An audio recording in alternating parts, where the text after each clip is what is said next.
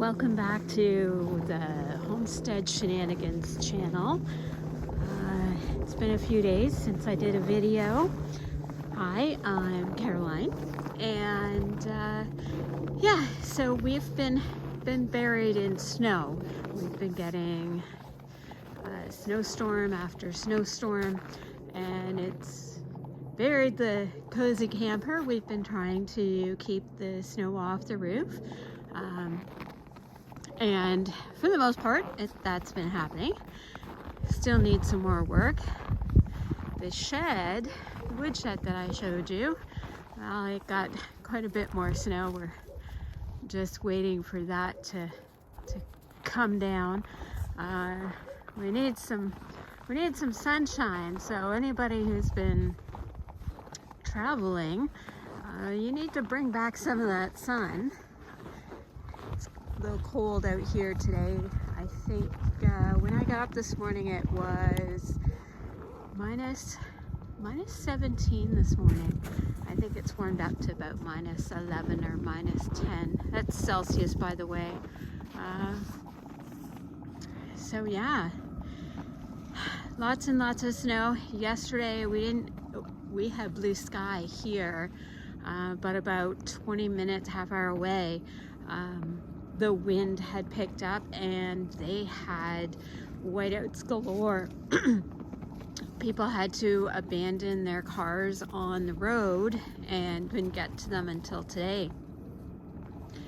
So to keep warm in the cozy camper, I have this lovely diesel heater that's just going tick, tick, tick, tick, tick, and that means it's working and pumping the heat in there. You see how hot it is. That's where the exhaust comes out.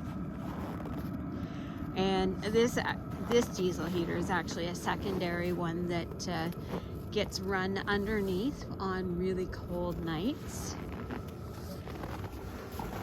The other one is the one that heats the main part of the cozy camper. It's hidden under there. Here's Vinny. He's running around.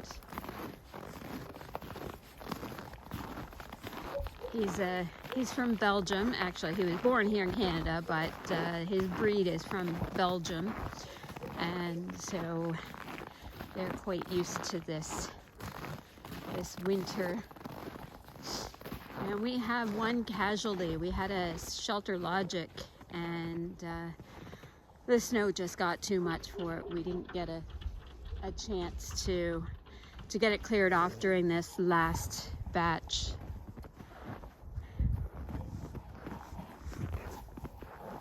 So that'll have to be replaced some point in the springtime. I'm really liking this this sunshine. We have not had anywhere near enough. Here in central Ontario, it's quite dark. Oh, excuse me while I put my mitten back on. We don't get a lot of sun here in Ontario during January and February, so when we do get these beautiful blue skies and sunshine, it's very uplifting. And so today I wanted to talk about having a community around you when you're homesteading, or in the proper community we call it a MAG, a mutual assistance group.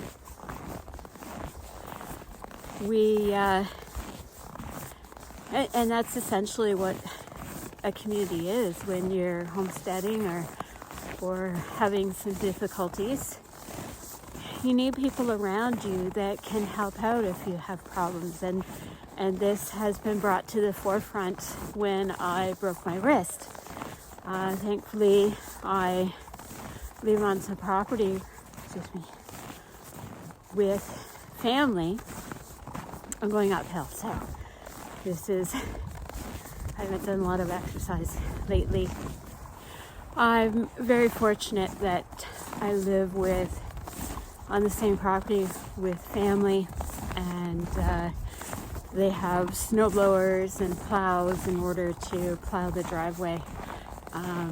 Otherwise, I wouldn't have been able to get out for doctor's appointments. No one would have went to work.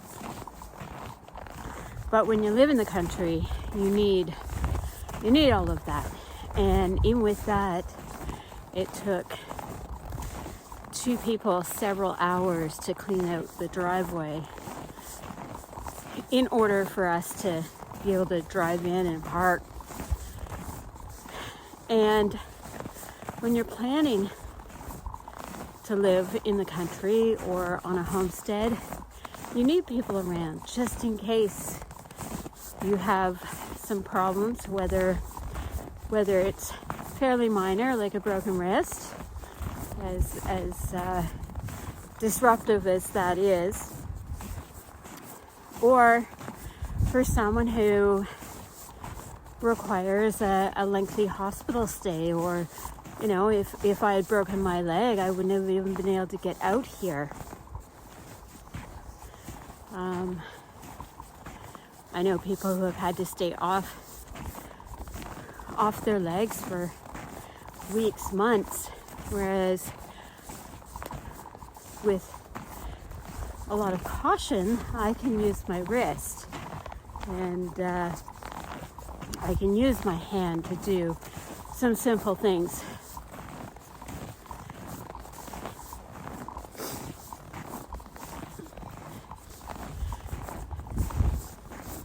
So it's very important that whether you're moving to the property by yourself or whether you're moving even with family members, that you develop a community around you, because sometimes you might not even be able to make your own food, your own dinners. Or if you have animals, have someone to be able to look after them. And even if you're in town, and you have a dog, who's going to walk that dog? If I was living in town, I would not be able to walk my dog because he would have to be on a leash. And there's just no way that I would feel confident having him on a leash. He's well behaved, but there are times when he pulls. Oh, it's getting cold out here. That wind is nasty. I'm gonna turn around here. Whew. And you never know if another dog comes up to him and starts any issues. So you need to have someone who is comfortable with your dog. There are numerous dogs that I would not trust around other dogs. I've had reactive dogs, and they can be a challenge to find a safe place to walk them. So not only do you need a community that cares about you and wants to help you out, but are they going to help you out with the animals and the upkeep of your property? I mean, I wouldn't expect anyone to do as much as I would on the property, or as much as someone who owns the property. But are they going to help you even just get your driveway plowed?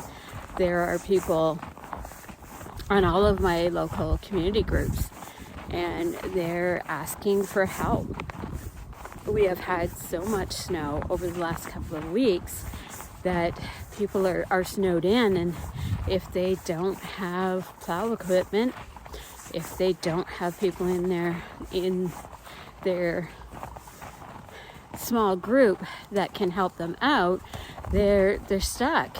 We have houses which are having issues with ice damming, and so much snow on the roof it started to melt, and now it's backing up under the roof, and that requires help, because especially with a broken wrist, And I have a little bit of a fear of heights. There's no way that I would be getting up on top of a roof. Would I get on a ladder? Yeah, I'd probably get on a ladder if I knew it was fairly safe. But I probably would not climb all the way onto the roof to, shovel off part of that roof. And those are some of the things that we don't think about when we want this kind of lifestyle. Again, I'm very fortunate that I haven't really started homesteading. I don't have a lot of animals. I just have the 4 rabbits and the dog. And so it's very simple for a family member, a community member, to help me out. It doesn't require a lot of work for them. And I can do some things. I can feed them. And I can get them water.